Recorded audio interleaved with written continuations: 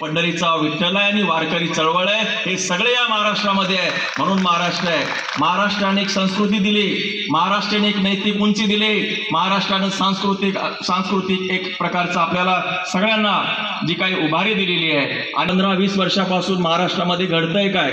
महाराष्ट्र उभा राहतोय की महाराष्ट्र खचतोय? महाराष्ट्राची नैतिक पातळी उंच उभी राहते की महाराष्ट्राच्या नैतिक अधपतन झालेलं आहे? या सगळ्याची विचार करण्याची वेळ आपल्याला आलेली आहे. याचं कारण असं, इथलं राजकारण, इथलं समाजकारण ज्या दिशेनं जायला पाहिजे ते गेलेलं नाही. याचं कारण घेतलेल्या डळमळीत भूमिका आहे. आणि म्हणून सत्यशोध की परंपरा महाराष्ट्राला आहे की नाही? बुलढाणा जिल्ह्याला सुद्धा सत्यशोध की परंपरा आहे. कुठे गेली परंपरा आहे? काय चाललंय इथे? आणि म्हणून सगळ्यांनी जी काही आतापर्यंत कुणीतरी येतो, कुठल्या तरी गोष्टी करतो, ह्यांनी चालणार नाही. भारताचं संविधानाला आपण सुद्धा मानतो, सगळेजण मानतो.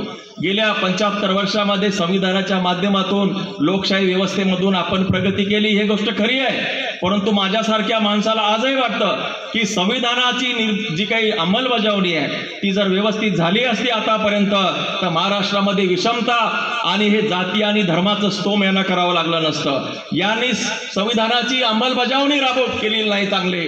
आणि म्हणून यापुढे कुठलाही राजकीय पक्ष आम्हाला कुणाचं काही देणं घेणं नाही. कोणता व्यक्ती किती जरी मोठा असला त्याच्याशी देणं घेणं नाही. आणि आपण सगळे पाहतो, जेव्हा समता प्रस्थापित करण्याचा मुद्दा येतो, मुलांना नोकऱ्या देण्याचा प्रश्न येतो, रोजगाराच्या संध्या देण्याचा प्रश्न येतो, शेतकऱ्यांच्या शेतकऱ्याच्या मालाला भाव देण्याचा प्रश्न येतो, हे जेव्हा प्रश्न येतात तेव्हा औरंगजेबाची कबरीचा मुद्दा पुढे येतो. मटण हलाल पाहिजे की झटका पाहिजे, अशा प्रकारच्या भूमिका हे स्वतः आताची सध्या राजकारण घेत आहेत. ही महाराष्ट्राची परंपरा आहे का? महाराष्ट्राच्या विधानसभेमध्ये अपेक्षित आहे का? आणि म्हणून मला असं वाटतंय की देशाला जागृत करण्यासाठी महाराष्ट्राने पुढे झालं पाहिजे. आणि महाराष्ट्राने पुढे येताना शिवशाहू फुले आंबेडकर आणि संतांचा विचार घेऊन जी काही मराठा सेवा संघाची डोळस चळवळ आहे केलं पाहिजे. जो